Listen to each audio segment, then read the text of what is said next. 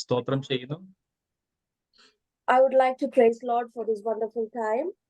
ആമേൻ. ദൈവസന്നിധിയിൽ പിന്നെയും ദൈവവചനം പഠിക്കാനുള്ള സ്തോത്രം വലിയ താല്പര്യം നമുക്ക് ദൈവം തരുന്നത് ഓർത്ത് കർത്താവിന് സ്തോത്രം ചെയ്യുകയാണ്.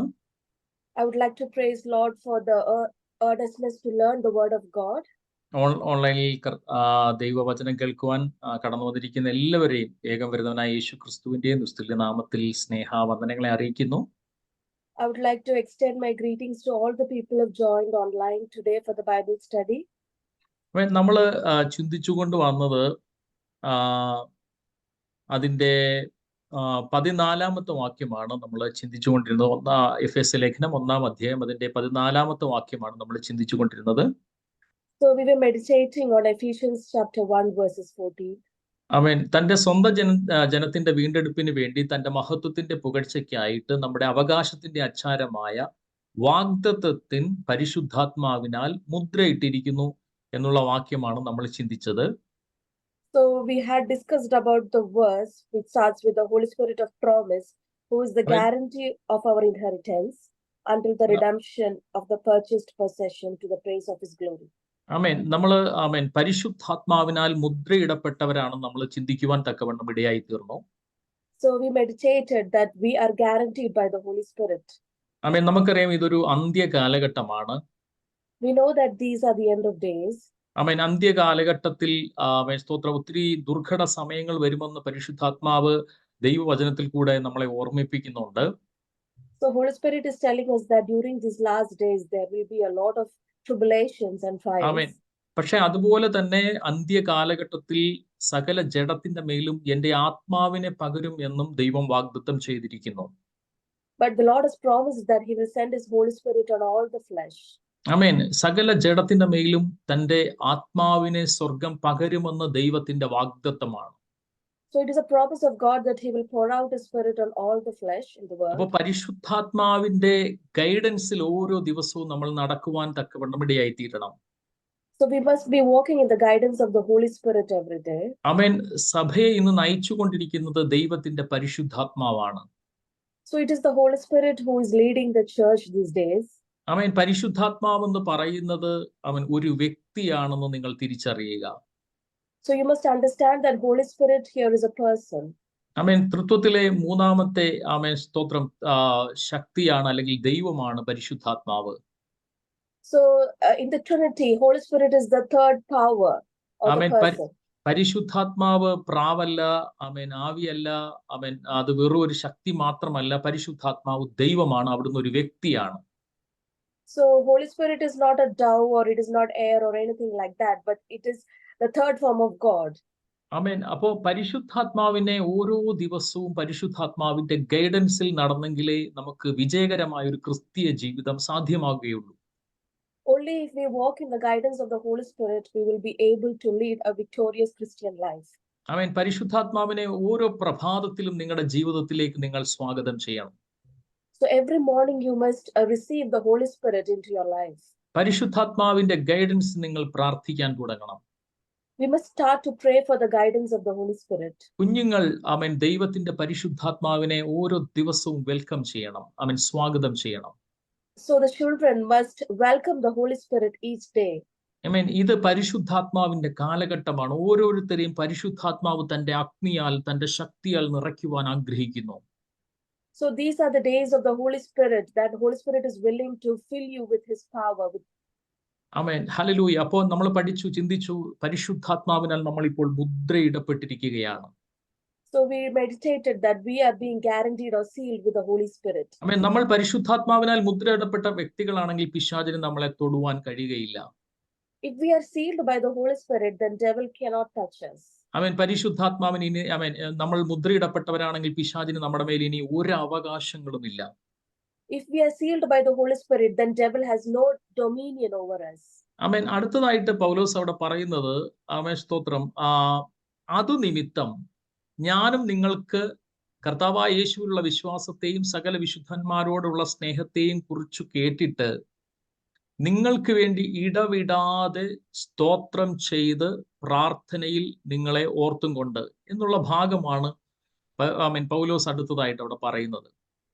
So Paul is telling in the 15th and 16th verse, therefore, I also have heard of your faith in the Lord Jesus and your love for all the saints. Do not cease to give thanks for you, making mention of you in my prayers.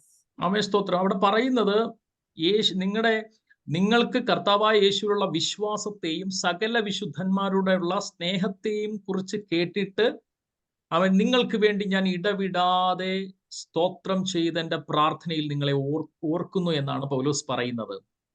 So Paul is telling Ephesians, the church of Ephesians, that after he hears of their faith in the Lord Jesus and their love for all the saints, he is continuously praying for them and giving thanks to the Lord for them.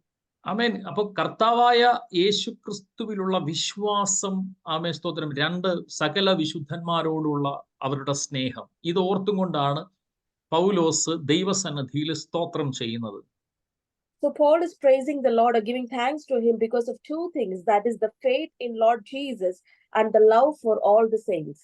ആമേൻ. ഇന്ന് രാത്രി നമ്മൾ ദൈവസന്നിധിയിലായിരിക്കുമ്പോൾ നമുക്ക് കർത്താവായ ആമേൻ സ്തോത്രം കർത്താവായ യേശു ക്രിസ്തുവിലുള്ള വിശ്വാസം, hallelujah, കണ്ടിട്ട് മറ്റുള്ളവർ നമ്മളെക്കുറിച്ച് സ്തോത്രം ചെയ്യുവാൻ തക്കവണ്ണം ഇടയായി തീരണം.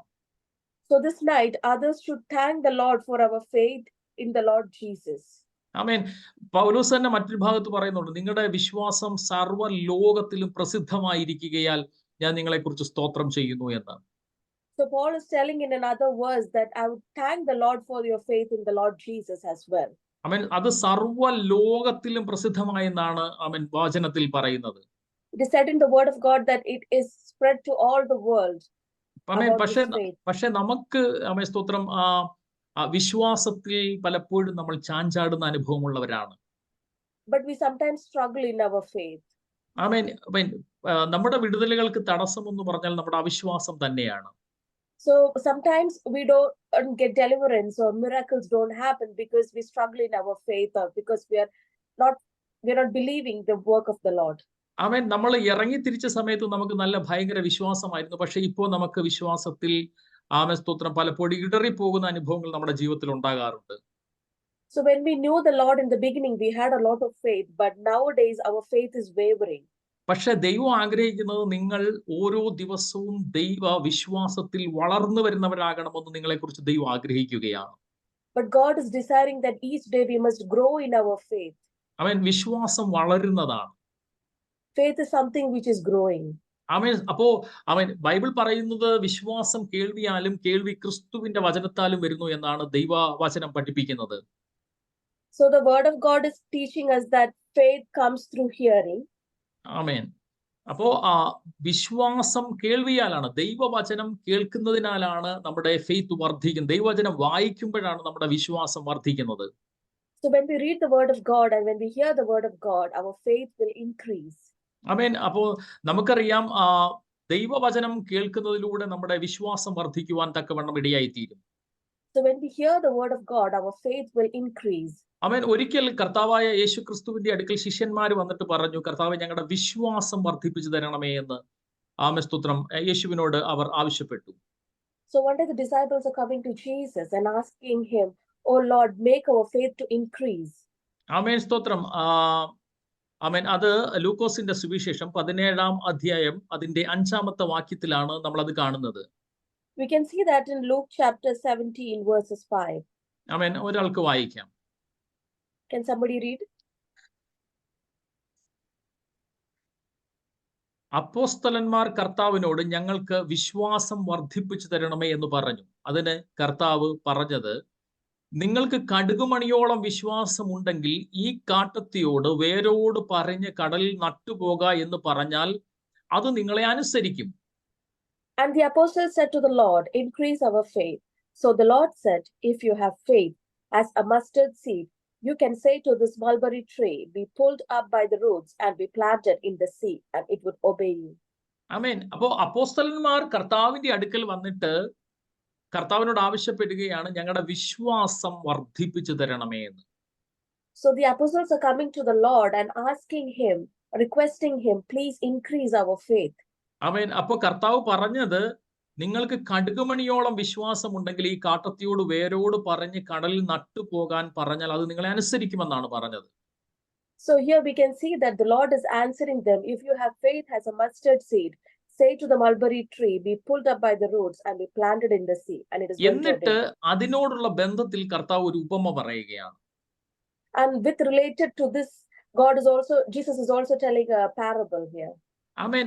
അവിടെ പറയുന്ന ഉപമയാണ്, നിങ്ങൾ ആർക്കെങ്കിലും ഉഴുവുകയോ മേയ്ക്കുകയോ ചെയ്യുന്ന ഒരു ദാസൻ ഉണ്ടെന്നിരിക്കട്ടെ. അവൻ വയലിൽ നിന്ന് വരുമ്പോൾ നീ ക്ഷണത്തിൽ വന്ന് ഊണിലിരിക്കുക എന്ന് അവനോട് പറയുമോ? അല്ല, എനിക്ക് അത്താഴം ഒരുക്കുക, ഞാൻ തിന്നു കുടിച്ചു തീരുവോളം അരകെട്ടി എനിക്ക് ശുശ്രൂഷ ചെയ്യുക, പിന്നെ നീയും തിന്നു കുടിച്ചു കൊള്ളുക എന്ന് പറയുകയില്ലയോ?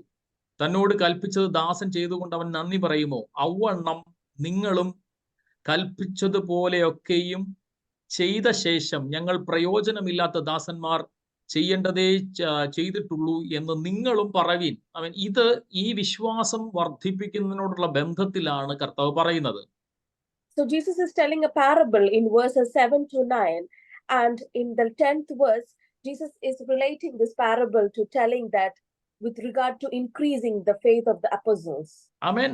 കർത്താവ് പറഞ്ഞു, ആമേൻ, മർക്കോസിന്റെ സുവിശേഷം 11:22 കർത്താവ് പറഞ്ഞു, ഒരുവൻ തന്റെ ഹൃദയത്തിൽ സംശയിക്കാതെ താൻ പറയുന്നത് നടക്കും എന്ന വിശ്വാസത്തോടെ ഈ മലയോട് ചെന്ന് കടലിൽ ചാടിപ്പോകാൻ പറഞ്ഞാൽ അവൻ പറഞ്ഞതുപോലെ സംഭവിക്കുമെന്നാണ് യേശു പഠിപ്പിച്ചത്.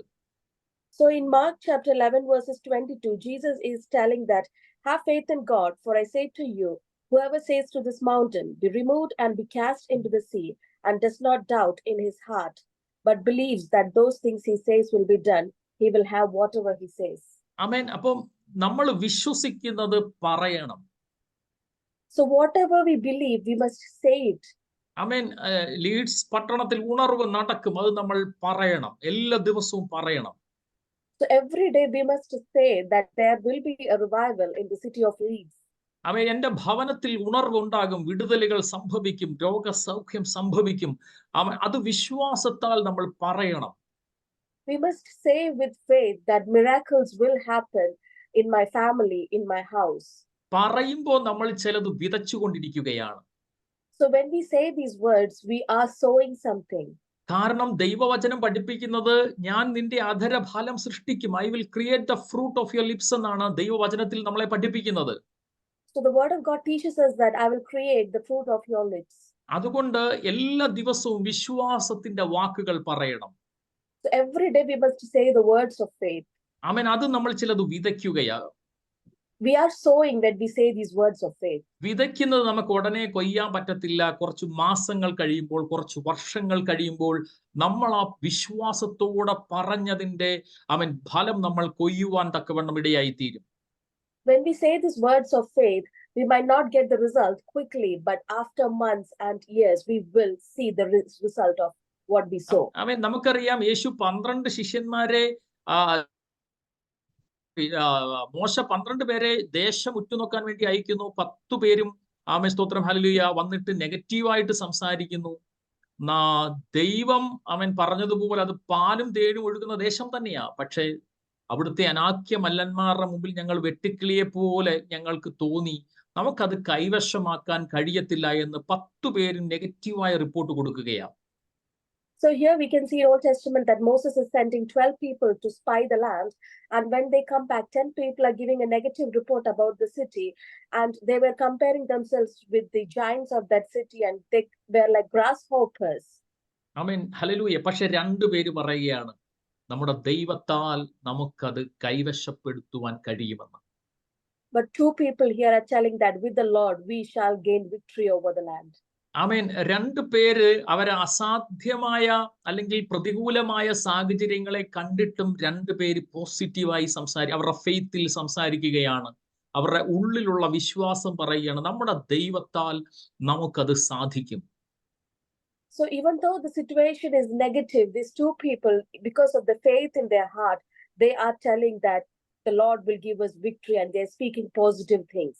ഇന്ന് രാത്രിയിലും സാഹചര്യങ്ങൾ മുഴുവൻ പ്രതികൂലമായിരിക്കാം, പ്രതിസന്ധികളായിരിക്കാം. പക്ഷെ വിശ്വാസത്തോടെ നമ്മൾ ചിലത് സംസാരിക്കുമ്പോൾ, പ്രഖ്യാപിക്കുമ്പോൾ, ആമസ്തോത്രം, ആ വിശ്വാസ പ്രഖ്യാപനത്തിന് ശക്തി ഉണ്ടെന്ന് ഇന്ന് രാത്രിയിലും തിരിച്ചറിയുന്നവർക്കായി സ്തോത്രം ചെയ്യുകയാണ്. I would like to thank the people who believe that even though our circumstances may be negative, but when we say the words of faith, this is going to happen in your life. Amen, hallelujah. പക്ഷേ പോസിറ്റീവായ വിശ്വാസം പറഞ്ഞ 2 പേർ, ആമേൻ, മറ്റു 10 പേരും പട്ടുപോയപ്പോൾ ബാക്കി ആ 2 പേർ അവരുടെ നേതാക്കന്മാരായിട്ട് ആ ദേശം കൈവശമാക്കുവാൻ തക്കവണ്ണം ഇടയായി തീർന്നു. So the 10 people who spoke negative, when they were destroyed, the other 2 people who spoke positive, God was able to raise them as leaders over the people. Amen, hallelujah.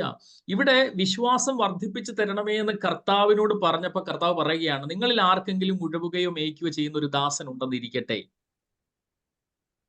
So here Jesus is telling that if you have a servant who is plowing, ആമേൻ, അവൻ രാവിലെ ആടിനെയും കൊണ്ട് പോയതാണ്. ഞാൻ ഇവിടെ പറഞ്ഞിട്ടുള്ളതാണ് എൻ്റെ ചിന്ത. അവൻ കൃഷി ചെയ്യാൻ പോയതാണ്, ആടിനെ മേയ്ക്കാൻ. അപ്പൊ കൃഷി ചെയ്യാൻ അറിയാവുന്ന, ആടിനെ മേയ്ക്കാൻ അറിയാവുന്ന ഒരു ദാസൻ. so he was a servant who know how to like lead the sheep and plow the land. അതിനുശേഷം അവൻ സന്ധ്യയോളം ആടുകളെ മേയിച്ച് കൃഷി ചെയ്തിട്ട് അവൻ തിരിച്ചു വരികയാണ്. So after that he is coming back in the evening.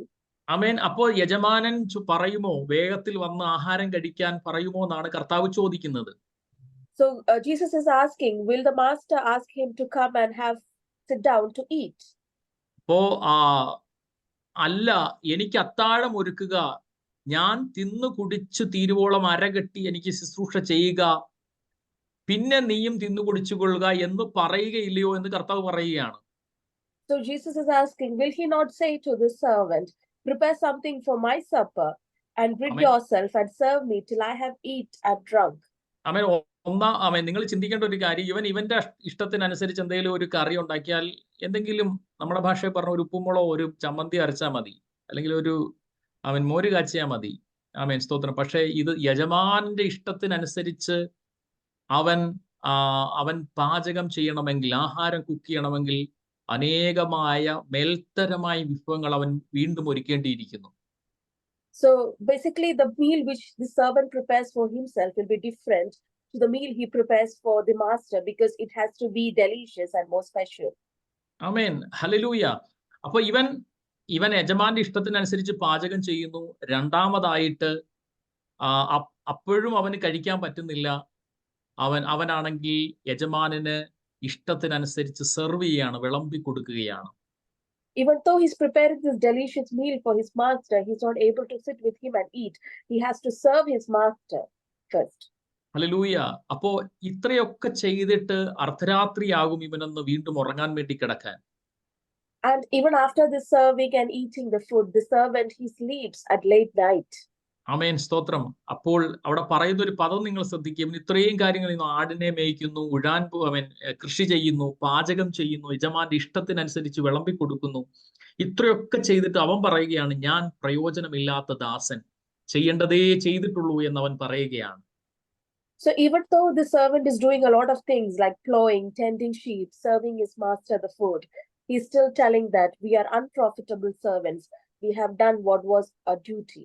അവൻ ഇന്ന് രാത്രിയിലും അപ്പോ ഇവൻ പറയുന്ന ഒരു കാര്യം ഇതാണ്, എന്റെ എന്തെങ്കിലും ഒരു കഴിവ് കൊണ്ടിട്ടല്ല ഞാൻ ഇവന് ദാസനായിട്ടിരിക്കുന്നത്, മറിച്ച് എന്റെ യജമാനന്റെ കൃപ കൊണ്ടാണ് ഞാൻ ഇവന് ദാസനായിട്ടിരിക്കുന്നത്. നിങ്ങളും അങ്ങനെ തന്നെ പറവീൻ എന്നാണ് കർത്താവ് പറഞ്ഞത്. എന്ന് പറഞ്ഞു കഴിഞ്ഞാൽ, ആമേൻ, സ്തോത്രം, ഈ ദൈവത്തിന് വേണ്ടി എന്തെങ്കിലുമൊക്കെ ചെയ്യുവാൻ ദൈവം എനിക്ക് കൃപ തന്നതാണെന്നുള്ള മനോഭാവം, ആ താഴ്മ എന്നിലും നിങ്ങളിലും വരുമ്പോൾ നമ്മുടെ വിശ്വാസം വർദ്ധിക്കുമെന്നാണ് യേശു നമ്മളെ പഠിപ്പിച്ചത്. So here Jesus is telling us that here the servant is not telling that because of his talent he is become the servant of this master, but because of the grace of his master. Similarly, Jesus is asking us to follow the humility and believe that we are called to do the Lord's work because of the grace he has given us, and not because of ours. അപ്പൊ ആ ഒരു മനോഭാവം എനിക്കും നിങ്ങൾക്ക്, ഒരു താഴ്മ നമ്മൾ ഉണ്ടാകുമ്പോൾ, ദൈവമേ ഇതെന്റെ കഴിവ് കൊണ്ടല്ല, മറിച്ച് നിന്റെ കൃപ ഒന്നുകൊണ്ട് മാത്രമാണ് ഞാൻ നിനക്ക് ശുശ്രൂഷക്കാരനായിരിക്കുന്നത്. ആ ഒരു മനോഭാവം, ആ ഒരു താഴ്മ നമ്മളിലേക്ക് വരുമ്പോൾ നമ്മുടെ ഫെയ്ത്ത് വർദ്ധിക്കുവാൻ തക്കവണ്ണം ഇടയായിത്തീരും. When we have this humility inside us that we are called to do the Lord's ministry only because of his grace, our faith will be increased. അപ്പൊ പൗലോസ് ഇവിടെ ദൈവസന്നിധിയിൽ സ്തോത്രം ചെയ്യുന്നത് അവരുടെ വിശ്വാസം കണ്ടിട്ടും, ആമേൻ, ഹല്ലേലൂയ, ആമേൻ, അടുത്തായിട്ട് പറയുന്ന സകല വിശുദ്ധന്മാരോടുമുള്ള സ്നേഹത്തെയും കുറിച്ച് കേട്ടിട്ടാണ് ദൈവസന്നിധിയിൽ ഇടവിടാതെ സ്തോത്രം ചെയ്യുന്നത്? So here Paul is telling that Pastor in the verse 16, yeah. So he is telling that he is praising the Lord, is thanking the Lord because of the faith in Lord Jesus and the love for all the saints. He's giving thanks അവിടെ to the Lord for that. പൗലോസ് ദൈവസന്നിധിയിൽ ഈ സഭയെക്കുറിച്ച് പ്രാർത്ഥിക്കുന്നതായിട്ടാണ് നമുക്ക് കാണുവാനായിട്ട് സാധിക്കുന്നത്. So here we can see that Paul is praying to the Lord for these people. വളരെ പ്രധാനപ്പെട്ട ഒരു പ്രാർത്ഥനയാണ് അവിടെ നമുക്ക് കാണാനായിട്ട് സാധിക്കുന്നത്. We can see a peculiar prayer in these verses. ഏകദേശം 10ഓളം സ്ഥലങ്ങളിൽ പൗലോസിന്റെ പ്രാർത്ഥന നമുക്ക് കാണുവാനായിട്ട് സാധിക്കും. In almost 10 places we can see the prayer of Paul. നിങ്ങൾക്ക് പെട്ടെന്ന് എടുത്ത് വായിക്കാൻ പറ്റുമെങ്കിൽ ഒന്ന് വായിക്കാമോ? ഹല്ലേലൂയ. റോമാലേഖനം 1-ാം അധ്യായം അതിന്റെ 8-ാമത്തെ വചനം വായിക്കാമോ? Romans 1 verses 8. Yeah. നിങ്ങളുടെ വിശ്വാസം സർവ്വലോകത്തിലും പ്രസിദ്ധമായിരിക്കുന്നതിനാൽ ഞാൻ ആദ്യം തന്നെ എന്റെ ദൈവത്തിന് യേശുക്രിസ്തു മുഖാന്തരം നിങ്ങൾക്ക് എല്ലാവർക്കും വേണ്ടി സ്തോത്രം ചെയ്യുന്നു. അടുത്ത വചനം. ഞാൻ ഇടവിടാതെ നിങ്ങളെ ഓർത്തുകൊണ്ട് ദൈവേഷ്ടത്താൽ എപ്പോഴെങ്കിലും നിങ്ങളുടെ അടുക്കൽ വരുവാൻ സാധിക്കേണ്ടതിന് എന്റെ പ്രാർത്ഥനയിൽ എപ്പോഴും യാചിക്കുന്നു. എപ്പോഴും നിങ്ങൾ ഈ പദം 2-3 പൗലോസ് പറയുന്ന പദം ഇംഗ്ലീഷ് ഒന്ന് വായിച്ചിട്ട് ഇത് ട്രാൻസ്ലേറ്റ് ചെയ്യും. എപ്പോഴും പൗലോസ് പറയുന്ന ആ പദം എപ്പോഴും ഓർത്തുകൊണ്ട് ഇടവിടാതെ പ്രാർത്ഥിക്കുന്നു. ഈ 2 പദങ്ങൾ പൗലോസിന്റെ പ്രാർത്ഥനയെ കുറിച്ച് നമുക്ക് എപ്പോഴും കാണാൻ സാധിക്കും. ഇടവിടാതെ പ്രാർത്ഥിക്കുന്നു, എപ്പോഴും ഓർത്തുകൊണ്ട് ഞാൻ സ്തോത്രം ചെയ്യുന്നു. So in verse 8 and 9 it says, "First I thank my Lord through Jesus Christ for you all, that your faith is spoken of throughout the whole world. For God is my witness, whom I serve with my spirit in the gospel of his Son, that without ceasing I make mention of you always in my prayers." Here the words to be noted is without ceasing and make mention of you always in my prayers. So Paul is mentioning that he is praying for them always without ceasing because of their faith. Praise the Lord. അപ്പോൾ ഇവിടെ റോമാ സഭയോടാണ് അല്ലെങ്കിൽ റോമയിലുള്ള വിശ്വാസികളോടാണ് പൗലോസ് പറയുന്നത്, നിങ്ങളുടെ വിശ്വാസം സർവ്വലോകത്തിലും പ്രസിദ്ധമായിരിക്കുന്നത് ഞാൻ ആദ്യം തന്നെ ദൈവത്തിന് യേശുക്രിസ്തു മുഖാന്തരം നിങ്ങളെ എല്ലാവർക്കും വേണ്ടി സ്തോത്രം ചെയ്യുന്നു. ഞാൻ ഇടവിടാതെ നിങ്ങളെ ഓർത്ത് ദൈവേഷ്ടത്താലെ എപ്പോഴെങ്കിലും നിങ്ങളുടെ അടുക്കൽ വരാൻ സാധിക്കുന്ന എന്റെ പ്രാർത്ഥനയിൽ എപ്പോഴും യാചിക്കുന്നു.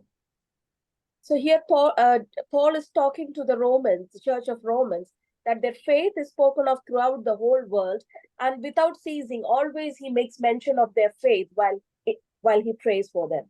കാരണം പൗലോസ് ആ സഭയിൽ ചെല്ലാൻ ആഗ്രഹിക്കുന്നതിന്റെ കാരണം അതിന്റെ 11-ാമത്തെ വാക്യത്തിൽ പൗലോസ് അവിടെ പറയുന്നുണ്ട്. So why Paul is wanting to go to this church, the reason is mentioned in verse 11.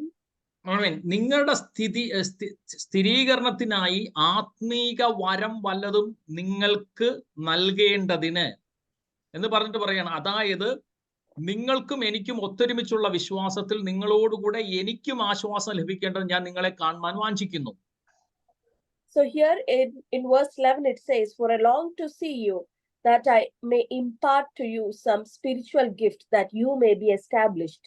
അവിടെ പറയുന്നത് നോക്കിക്കേ, I want impart some spiritual gift എന്നാണ്. നിങ്ങളുടെ മേൽ ആത്മിക വരത്തെ ഞാൻ ഇംപാർട്ട് ചെയ്യുവാൻ ആഗ്രഹിക്കുന്നു. So here what Paul is telling is that I long to see you so that I can impart some spiritual gift to you.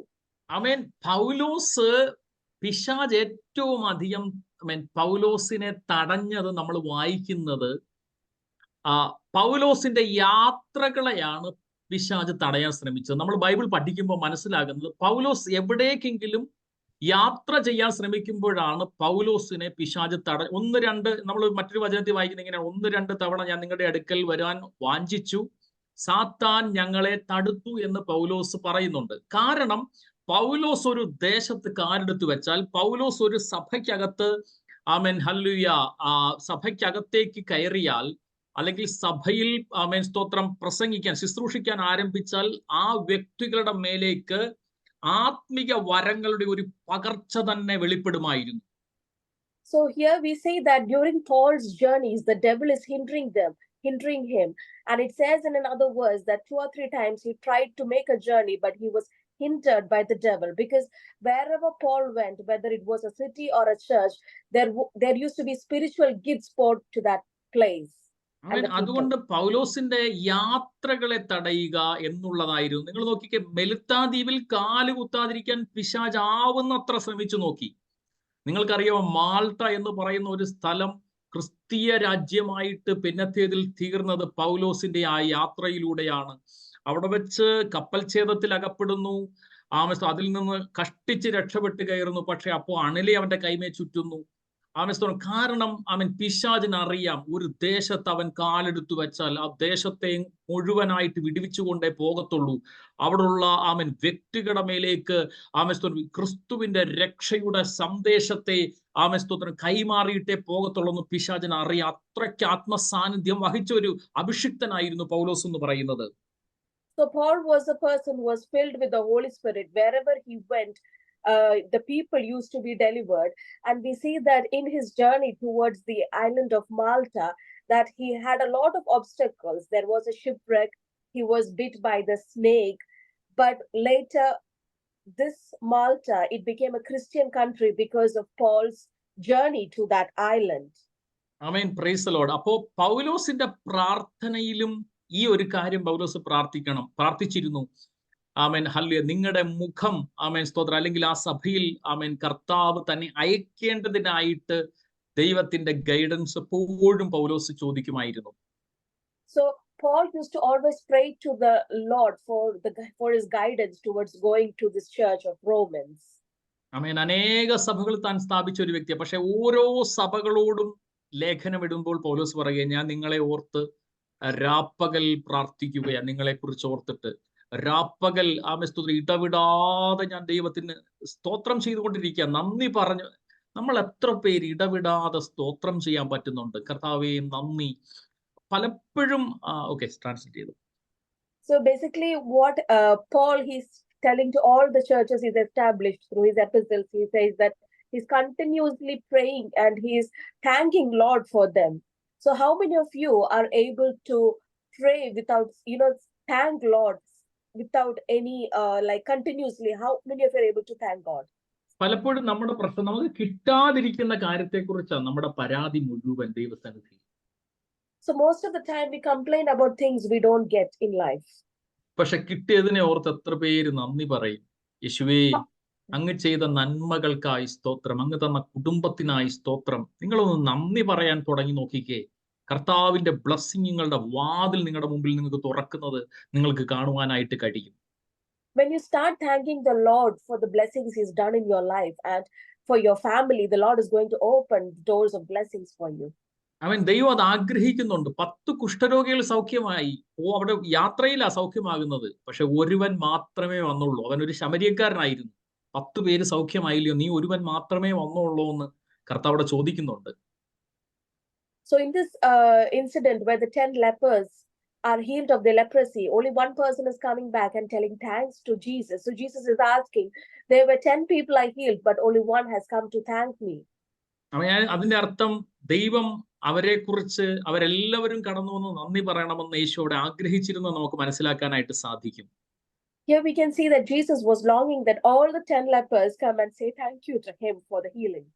ആമേൻ. 1 കൊരിന്ത്യർ ലേഖനം 1-ാം അധ്യായം അതിന്റെ 4-ാമത്തെ വചനം വായിക്കാം. 1 Corinthians 1 verses 4. നിങ്ങൾക്ക് ക്രിസ്തു യേശുവിൽ നൽകപ്പെട്ട ദൈവകൃപ നിമിത്തം ഞാൻ എന്റെ ദൈവത്തിന് നിങ്ങളെ കുറിച്ച് എപ്പോഴും സ്തോത്രം ചെയ്യുന്നു.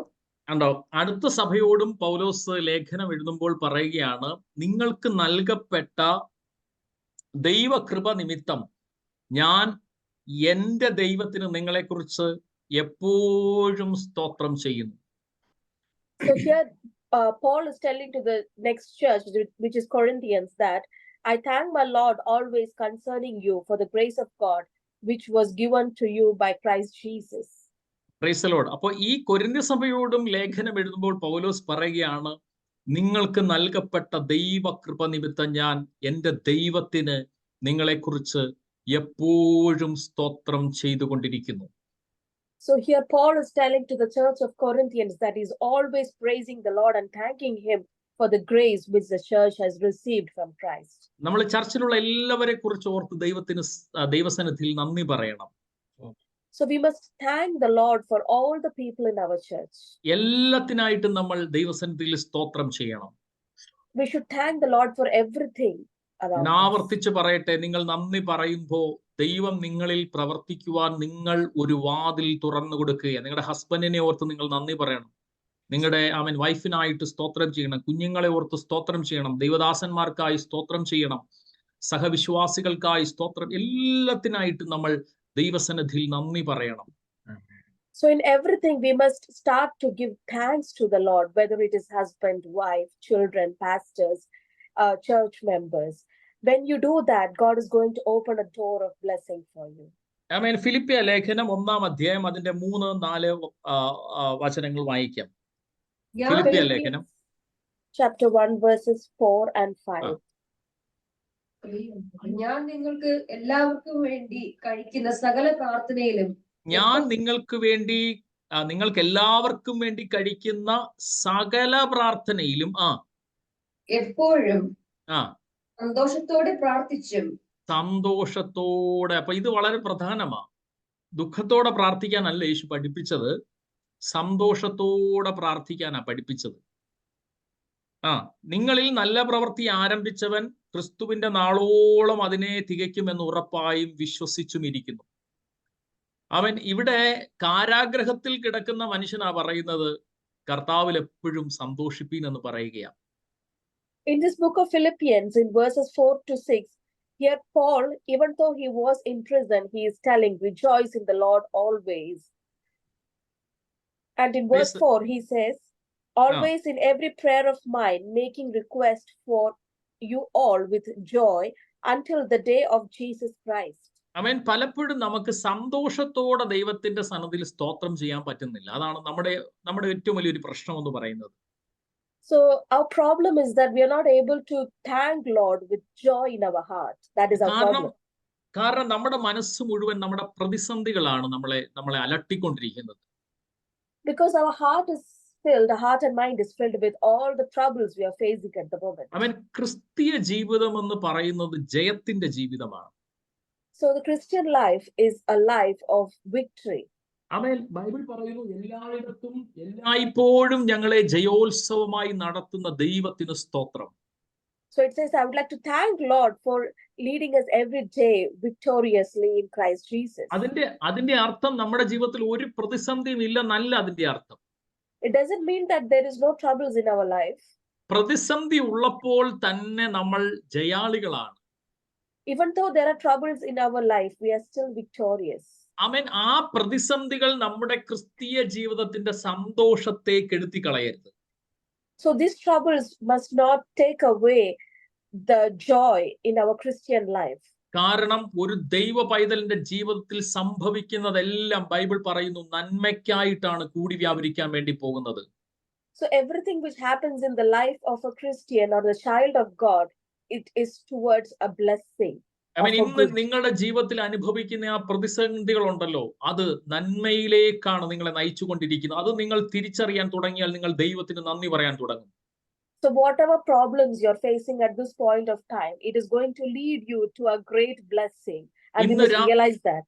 ഇന്ന് രാത്രിയിൽ ഈ വചനം നിങ്ങൾ കേട്ടുകൊണ്ടിരിക്കുമ്പോൾ നിങ്ങൾ ഈ വചനം കേട്ടിട്ട് നിങ്ങൾ ദൈവസന്നിധിയിൽ സ്തോത്രം ചെയ്യാൻ തുടങ്ങി നോക്കിക്കേ. കർത്താവേ, നിന്റെ വചനം പറയുകയാണ് എല്ലാം നന്മയ്ക്കായിട്ടാ കൂടി വ്യാപരിക്കുന്നത്. ഈ വിശ്വാസം നിങ്ങളിലേക്ക് വ്യാപരിക്കാൻ തുടങ്ങുമ്പോൾ നിങ്ങൾ സ്തോത്രം ദൈവസന്നിധിയിൽ നിങ്ങൾ ദൈവത്തിന് നന്ദി പറയാൻ തുടങ്ങും. നിങ്ങളിലേക്ക് വിടുതലിന്റെ കരത്തിന്റെ സ്പർശനം ഇന്ന് രാത്രിയിൽ വ്യാപരിക്കാൻ തുടങ്ങുമെന്ന് വിശ്വസിക്കുന്നവർക്കായി ഞാൻ സ്തോത്രം ചെയ്യുകയാണ്. I would like to thank the people who believe that whatever is happening in your life, if you give thanks to the Lord, God is going to do great miracles in your life. കൊലോസ്യ ലേഖനം 1-ാം അധ്യായം അതിന്റെ 3-ാമത്തെ വചനം വായിക്കാം. Colossians chapter 1 verses 3. സത്യവചനത്തിൽ നിങ്ങൾ മുമ്പ് കേട്ടതായി സ്വർഗത്തിൽ നിങ്ങൾക്ക് സംഗ്രഹിച്ചിരിക്കുന്ന പ്രത്യാശ നിമിത്തം ക്രിസ്തുവിൽ നിങ്ങളുടെ വിശ്വാസത്തെയും സകല വിശുദ്ധന്മാരോടും നിങ്ങൾക്കുള്ള സ്നേഹത്തെയും കുറിച്ച് ഞങ്ങൾ കേട്ടിട്ട് നിങ്ങൾക്ക് വേണ്ടി പ്രാർത്ഥിക്കുകയിൽ എപ്പോഴും നമ്മുടെ കർത്താവായ യേശു ക്രിസ്തുവിന്റെ പിതാവായ ദൈവത്തിന് സ്തോത്രം ചെയ്യുന്നു. കേട്ടോ. എപ്പോഴും ഹല്ലേലൂയ അവൻ നമ്മുടെ കർത്താവായ യേശു ക്രിസ്തുവിന്റെ പിതാവായ ദൈവത്തിന് സ്തോത്രം ചെയ്യുന്നു. എന്ത് കേട്ടിട്ടാ? സകല വിശുദ്ധന്മാർ നിങ്ങളുടെ വിശ്വാസത്തെയും സകല വിശുദ്ധന്മാരോടുമുള്ള നിങ്ങളുടെ സ്നേഹത്തെയും. ഈ രണ്ട് കാര്യമാണ് പ്രധാനം. നമ്മളിപ്പോ എഫെസ്യ ലേഖനത്തിലും അതാണ് നമ്മൾ ചിന്തിച്ചത്. നിങ്ങളുടെ വിശ്വാസം, സകല വിശുദ്ധന്മാരോടുമുള്ള നിങ്ങളുടെ സ്നേഹം, ഈ രണ്ട് കാര്യത്തിനാണ്. അപ്പോൾ ക്രിസ്തീയ ജീവിതത്തിൽ ഫെയ്ത്തിനും ദൈവസ്നേഹത്തിനും എത്ര പ്രാധാന്യമുണ്ടെന്ന് നിങ്ങൾ മനസ്സിലാക്കുക. In this book of Colossians, verses 3 to 5, here Paul says again that he is thanking Lord for their faith in Christ Jesus and their love for all the saints. So in these verses, we can see how important the faith in Christ Jesus and the love for all the saints is. Praise the Lord. Hallelujah. തെസ്സലോനിക്ക ലേഖനം 1-ാം അധ്യായം അതിന്റെ 2-3 വചനങ്ങൾ. തെസ്സലോനിക്ക ലേഖനം 1-ാം അധ്യായം അതിന്റെ 2-3 വചനങ്ങൾ വായിക്കാം.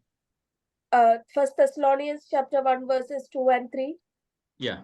ഞങ്ങളുടെ പ്രാർത്ഥനയിൽ നിങ്ങളെ സ്മരിച്ചുകൊണ്ട് നിങ്ങളുടെ വിശ്വാസത്തിന്റെ വേലയും സ്നേഹ പ്രയത്നവും നമ്മുടെ കർത്താവായ യേശു ക്രിസ്തുവിനെ കുറിച്ചുള്ള പ്രത്യാശയുടെ സ്ഥിരതയും ഇടവിടാതെ നമ്മുടെ ദൈവവും പിതാവുമായ സന്നിധിയിൽ ഓർത്ത് ഞങ്ങൾ നിങ്ങൾക്ക് എല്ലാവർക്കും വേണ്ടി എപ്പോഴും ദൈവത്തിന് സ്തോത്രം ചെയ്യുന്നു. നമ്മളെ അത്ഭുതപ്പെടുത്തുന്ന ഒരു വചനമാണ്. ഇതെങ്ങനെ സാധിക്കുന്നു? ഇത്രയും ആളുകൾക്ക് വേണ്ടി ഒരു ഭക്തൻ, ഒരു മനുഷ്യൻ എങ്ങനെ സ്തോത്രം ചെയ്യാൻ പറ്റുന്നു? അപ്പൊ എന്തോ പ്രാർത്ഥന ലൈഫായിരുന്നു പൗലോസിൻ്റെതെന്ന് നിങ്ങൾ ചിന്തിച്ചു നോക്കുക. ഞാൻ എപ്പോഴും പ്രാർത്ഥിക്കുന്നു, അല്ലെങ്കിൽ ഏത് നേരത്തും ആത്മാവിൽ പ്രാർത്ഥിക്കുന്നു എന്നൊക്കെ പറയുമ്പോൾ ഓരോ സഭകളെയും ഓരോ വിശ്വാസികളെയും താൻ ദൈവസന്നിധിയിൽ വെച്ച് ആത്മാവിൽ അന്യഭാഷയിൽ ദൈവസന്നിധിയിൽ സ്തോത്രം ചെയ്ത് പ്രാർത്ഥിക്കുന്നവനായിരുന്നു പൗലോസ് എന്ന് നമുക്ക് ഈ ഓരോ വചനങ്ങളിൽ നിന്നും വളരെ വളരെ വ്യക്തമായിട്ട് പരിശുദ്ധാത്മാവ് മനസ്സിലാക്കി. എന്തുകൊണ്ട് പൗലോസ് ഇത്രയും പ്രയോജനപ്പെട്ടു? എത്രയധികം ദൈവസ്നേഹമായിരുന്നു തന്റെ അകത്ത് അവൻ ഉണ്ടായിരുന്ന ഓരോ സഭകളെക്കുറിച്ചും ഓരോ വ്യക്തിയെക്കുറിച്ചും അവരുടെ പ്രശ്നങ്ങളെക്കുറിച്ചും അവർ അനുഭവിക്കുന്ന പ്രതിസന്ധികളെക്കുറിച്ചും. അല്ലെങ്കിൽ പൗലോസ് പറയുന്നത് തനിക്ക് ഒറ്റ ഭാരമേ ഉള്ളായിരുന്നു, സർവസഭകളെ കുറിച്ചുമുള്ള ആത്മഭാരമായിരുന്നു. അല്ലാതെ ഒരു ഭാരവും തനിക്കില്ലായിരുന്നു. ആത്മാക്കളെ കുറിച്ചൊരു ഭയങ്കര ഭാരം, പിശാച് അവരെ തെറ്റിച്ച് കളഞ്ഞോ എന്നൊരു ചിന്ത എപ്പോഴും തന്നെ ഭരിച്ചുകൊണ്ടേയിരുന്നു. So in this verse in 1 Thessalonians chapter 1 verses 2 and 3, we can see that Paul is again thanking the Lord for the church in Thessalonians. So basically in all these verses which we have read, we can see that Paul, being being filled with the Spirit of God, he has the love of God inside him, that he is thanking for all the churches and he's thanking for all the individuals in these churches. Praise the Lord. Hallelujah. 2 തെസ്സലോനിക്ക ലേഖനം 1-ാം അധ്യായം അതിന്റെ 3-ാമത്തെ വചനം. 2 Thessalonians chapter 1 verses 3. സഹോദരന്മാരെ, നിങ്ങളുടെ വിശ്വാസം ഏറ്റവും വർദ്ധിച്ചും ആഴാക്കി നിങ്ങൾക്ക് എല്ലാവർക്കും അന്യോന്യം സ്നേഹം പെരുകിയും വരികയാൽ ഞങ്ങൾ യോഗ്യമാകും വണ്ണം ദൈവത്തിന് എപ്പോഴും നിങ്ങളെ കുറിച്ച് സ്തോത്രം ചെയ്യുവാൻ കടപ്പെട്ടിരിക്കുന്നു. Praise the Lord. സഹോദരന്മാരെ, നിങ്ങളുടെ വിശ്വാസം ഏറ്റവും വർദ്ധിച്ചും ആളാമ്പ്രതി നിങ്ങൾക്ക് എല്ലാവർക്കും അന്യോന്യം സ്നേഹം പെരുകിയും വരികയാൽ ഞങ്ങൾ യോഗ്യമാവണ്ണം ദൈവത്തിന് എപ്പോഴും നിങ്ങളെക്കുറിച്ച് സ്തോത്രം ചെയ്യാൻ കടപ്പെട്ടിരിക്കുന്നു. So here in verse 3 it says, we are bound to thank Lord always for you, brethren, as it is fitting, because your faith grows exceedingly, and the love of every one of you all abounds towards each other. ആമേൻ. ഇവിടെയും പൗലോസ് പറയുന്നത് നിങ്ങളുടെ വിശ്വാസം ആളാമ്പ്രതി നിങ്ങൾക്ക് അന്യോന്യമുള്ള സ്നേഹം. ദൈവമക്കളെ, നമ്മൾ സഭയിലെ വ്യക്തികളാകട്ടെ, മറ്റ് പുറത്തുള്ള ദൈവമക്കളാകട്ടെ, നിങ്ങൾ എങ്ങനെയാ അവരോടുള്ള സ്നേഹം എങ്ങനെയാ? ആളാമ്പ്രതി. ഹല്ലേലൂയ. നിങ്ങൾക്ക് എല്ലാവർക്കുമുള്ള അന്യോന്യമുള്ള സ്നേഹം അത് വർദ്ധിച്ചു വരുന്നെന്നാ, കുറഞ്ഞു വരുമെന്നല്ല പൗലോസ് അവിടെ പറയുന്നത്. വർദ്ധിച്ചു വരും ഓരോ ദിവസവും. ഈ ദൈവസ്നേഹം, നമ്മുടെ ഈ ഒരു സ്നേഹം നമ്മുടെ ആദിമ പിതാക്കന്മാരിലും ഉണ്ടായിരുന്നു. ഹല്ലേലൂയ.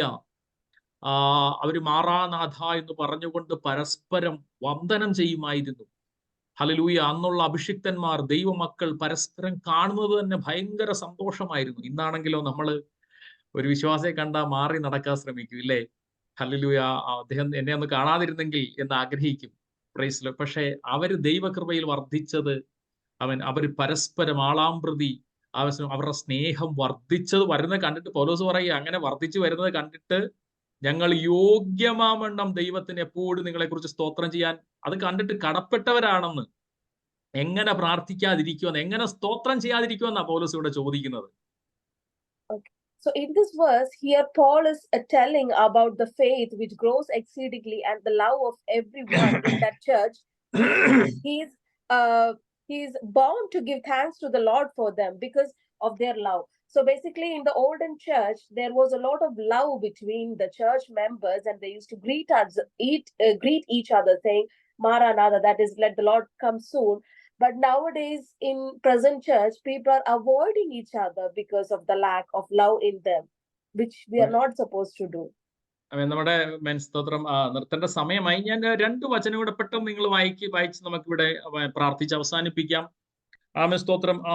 2 തിമോത്തിയോസിന്റെ ലേഖനം, അതിന്റെ 1-ാം അധ്യായം 3-ാം വചനം ഒരാൾക്ക് വായിക്കാം, ഒരാള് ഫിലമോന്റെ ലേഖനം 1-ാം അധ്യായം 4-ാം വചനം വായിക്കാം. 2 തിമോത്തിയോസ് 1:3 പേർത്തി വായിച്ചു. 2 Timothy 1:3.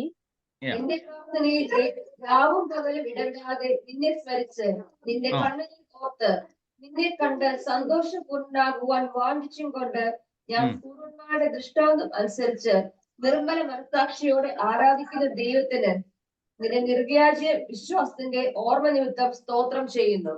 ഇവിടെ തിമോത്തിയോസിനെ കുറിച്ചുള്ള ഓർമ്മ നിമിത്തം, ഹല്ലേലൂയ, രാവും പകലും, പദങ്ങളൊന്ന് ശ്രദ്ധിച്ച, രാവും പകലും ഇടവിടാതെ നിന്നെ സ്മരിച്ചുകൊണ്ട്, ഹല്ലേലൂയ, ഇങ്ങനെ പ്രാർത്ഥിക്കണോ? ഹല്ലേലൂയ. തിമോത്തിയോസ് ദൈവകൃപയിൽ നിൽക്കുന്ന മനുഷ്യനല്ലേ? തിമോത്തിയോസ് പ്രാർത്ഥിക്കുന്ന മനുഷ്യനല്ലേ? തിമോത്തിയോസ് ഒരു ശുശ്രൂഷകനല്ലേ?